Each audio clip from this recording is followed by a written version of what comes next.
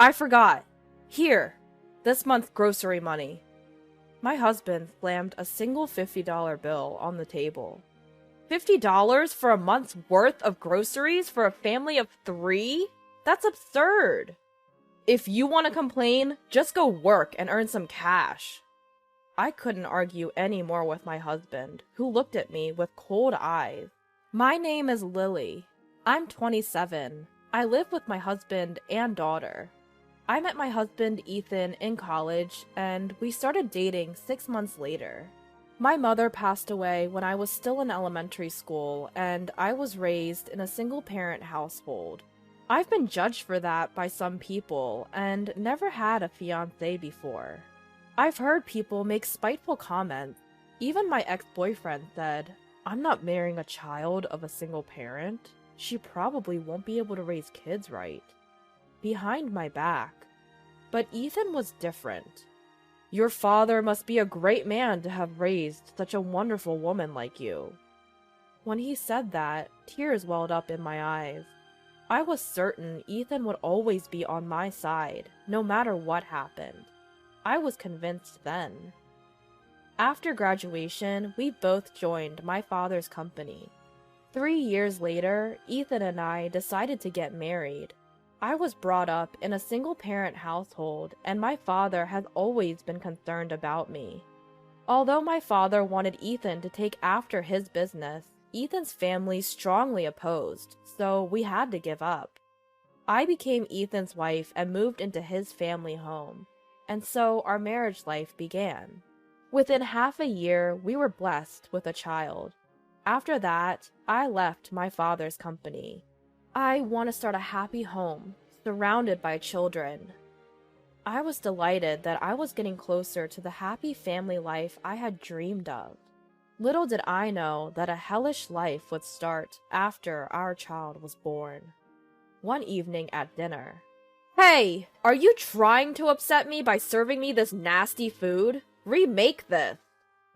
Shocked by Ethan's voice, I tried to calm his anger while at the same time soothing our newborn crying daughter, Emma. "I'm sorry, but I ordered it from a diner, you know.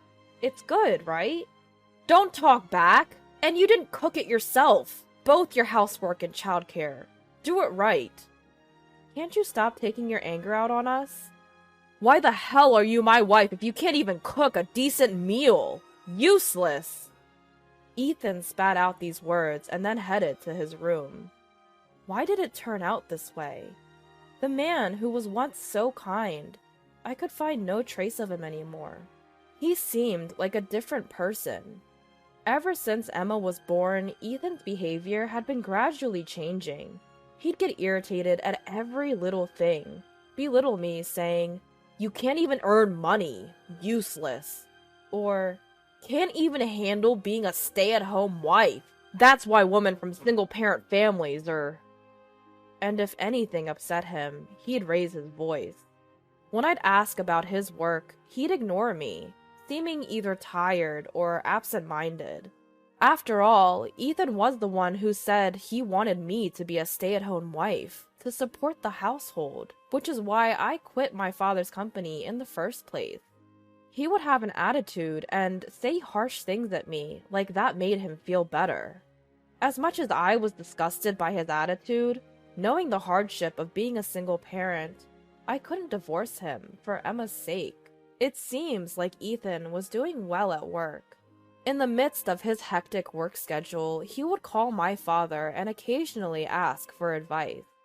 But in reality, sometimes I'd look at a picture of me and my mother from my childhood that was displayed in the room, and I couldn't help but sigh. I wish I could have consulted with Mom. Living this way for 3 years. One day, I almost forgot. Here, this month's groceries. What Ethan slammed down in front of me was a single $50 bill. Feeding a family of 3 with $50 a month? That's impossible! What happened to our money? Saving up and working with the amount given is the job of a stay-at-home wife, isn't it? Since you're always at home, you should be able to use your brain and figure something out. That's impossible. Let me manage our living expenses. I can't. I have many gatherings to attend to anyway. Practically, it's only for you and Emma. So $50 should be enough, right? That's not... With that, Ethan left the room. You're such a wonderful woman. Your dad must be a really admirable person for raising you. Where did the Ethan from that time go? Or is this harsh Ethan his true self? I've often thought about running away, but I can't do it because of my daughter. The hardship of raising a child alone. Ugh, if only my mom were alive. I've contemplated divorce a few times, but the thought of burdening my daughter with a single parent overpowered that, and I could not muster the courage. However, that's not to say that I just accepted the situation and blindly followed Ethan's lead. I've asked him to increase the food budget several times, and I've also looked for work-from-home jobs and other employment opportunities behind his back. Even so, a monthly food budget of $50 does not allow me to provide decent meals for my daughter. I had been using my savings from the time I was single to supplement our monthly food budget, but there's a limit to my savings. I had been making it a priority to make sure my daughter ate nutritious meals. However, it was impossible to keep up such a grueling lifestyle of frugality, and my body finally reached its breaking point. If I collapse, who's going to take care of my daughter? Maybe I should ask my dad for help. And so I decided to call my father.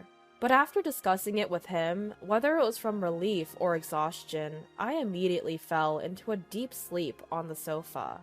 When I suddenly woke up, the first thing I saw was my daughter's sleeping face. The trace of tears was clearly visible in her eyes. "Grandpa! Mommy's awake!" Really? That's a relief. Next, my teary-eyed father peeked in. Not understanding the situation, I stared at his face for a while. "Lily, we were really worried about you." "Dad? Where are we?" "We're in a hospital. To collapse from malnutrition in this day and age? What on earth happened?" My father was holding back tears, his words choked with emotion. He might have been crying the whole time I was asleep. My father has always been a crybaby. "I'm sorry for making you worry, but why are you here? What about work? Don't you remember? You called me for help, and when I called back because I was worried, Emma answered and told me you had collapsed. That's why I rushed over and called an ambulance."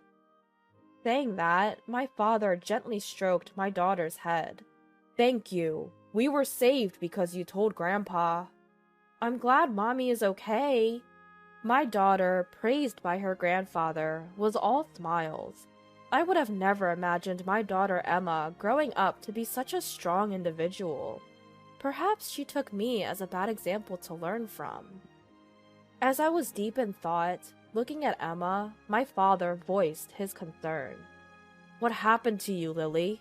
You've become so thin. Have you not been eating properly?" I tried to deflect his concern, but the seriousness in his eyes made me relent. I then confessed to him about my life with Ethan until now. "So, Ethan did this to you?" "Yes." "Why didn't you tell me anything?" "I didn't want to cause you any pain, Father. You were so happy when I married Ethan, and that's why." As I started to cry, my father, who took my hand, also started to shake with tears. "Lily, it hurts me more to know that you didn't feel you could tell me." The moment I heard those words from my father, I couldn't hold back my tears anymore. "Father, I'm sorry." "There's no need for you to apologize. I'm always on your side, no matter what. You can always talk to me about anything." Yes. What had I been enduring all this time? If only I had confided in my father sooner, neither Emma nor I would have had to go through such hard times. I realized that in my desire not to worry Emma or my father, I had lost sight of what really mattered. My daughter couldn't possibly be happy growing up in a household filled with shouting and devoid of smiles. When my father saw the change in my expression, he said he was going to make a phone call and left the room. After a while, he came back and we talked for a good hour before Ethan arrived at the hospital. "Hey, don't call my office for trivial matters." Ethan stormed into the room, clearly annoyed, but quickly changed his tone when he saw my father. "Oh, father-in-law." On the other hand, my father was calm in the face of Ethan's rude behavior, which he had never seen at work. "This is a hospital. Don't you think your loud voice might disturb the other patients?" But Lily told my receptionist that she's been hospitalized due to malnutrition." "Yes, I was the one who made that call. Any problem with that?" "Oh, was it you who made that call? Because of what you said, I got weird looks from my colleagues. Had me getting embarrassed big time. Come on now, Dad." "Embarrassed? Huh. Feeling embarrassed is much better than being maltreated by your own husband, don't you think?" Seeing my calm father, Ethan gets enraged even further. "Lily, what are you babbling about? This is a family matter." Emma trembled, but my father gently held her into his arms. Ethan clearly didn't care about her presence. Perhaps he probably didn't even see her. Now Ethan was going off at me, but strangely, my heart remained calm. Was it thanks to my father sitting next to me, or my daughter being there?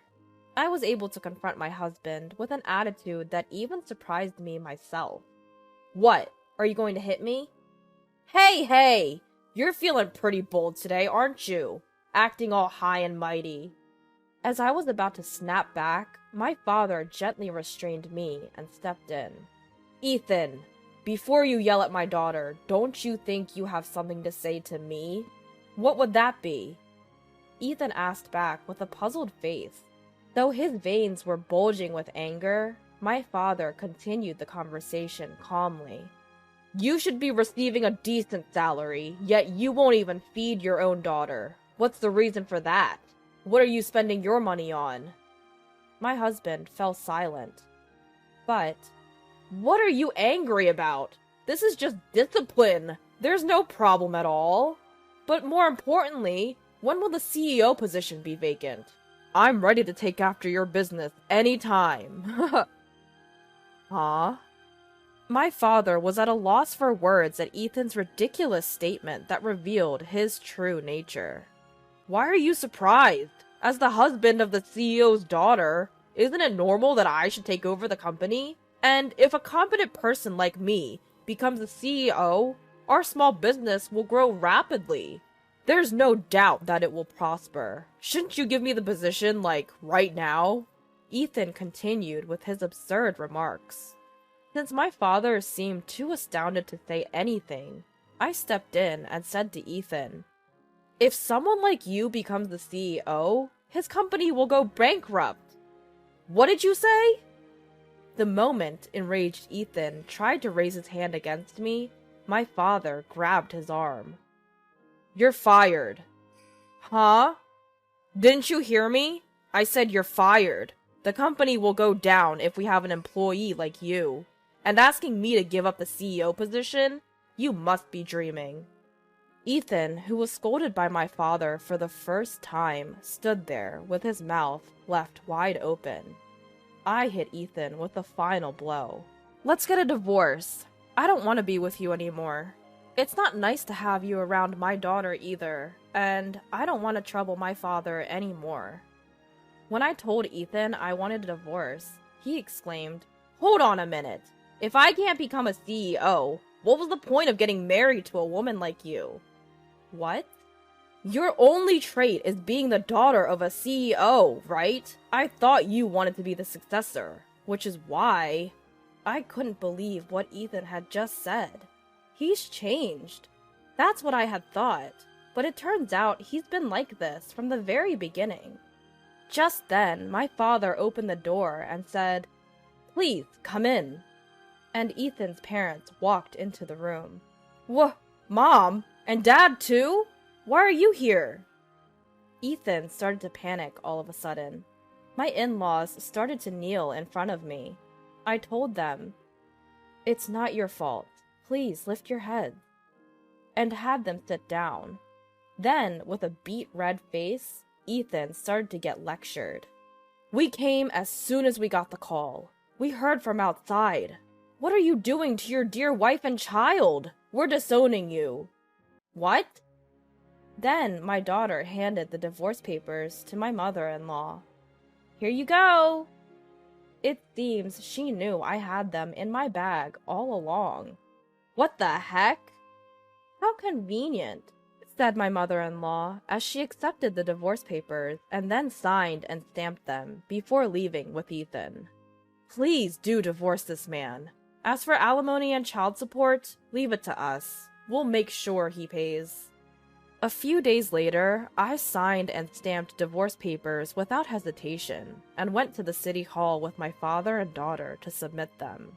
After that, we had discussions about alimony and child support under a lawyer introduced by my in-laws. Throughout the process, Ethan acted maturely. And so it was agreed that Ethan would pay the alimony and child support in one lump sum from his savings. I said, "Well then, goodbye. Take care," and left the lawyer's office. A year has passed since then. I'm now working part-time at my father's company. "You're more competent than that man, Lily. You being here is a great help," my father said, and considering our future, I decided to work only during daycare hours. Me being quick at working on accounting calculations, people around me started to joke around, saying, "Lily's our next CEO! My daughter is really something. Should we do that?" My father keeps making these proud parent comments, but every time he does, I would say, "But then I'd have less time with my daughter, wouldn't I?" And I would laugh. Later, I had a meeting with the son of our client's CEO. The CEO of our client, a close friend of my father, said, "If my son does anything wrong, let me know. I'll definitely protect you." And he was a very nice man, so I'm considering getting married to him. I have no idea what has happened to Ethan since then. Emma is close with my in-laws, so we occasionally arrange for them to meet, but they've been kind enough to avoid bringing up Ethan. I am truly blessed by people around me. All of this is probably thanks to my father for raising me single-handedly, with all his might. I can't help but feel that the picture of my mother displayed in the room is smiling too. From now on, I plan to cherish my family and live happily with my daughter. "Mama, can I have seconds?" "Of course, baby. You're eating great." My daughter happily eats her food again today. I swear that I will never let her suffer. That's my vow.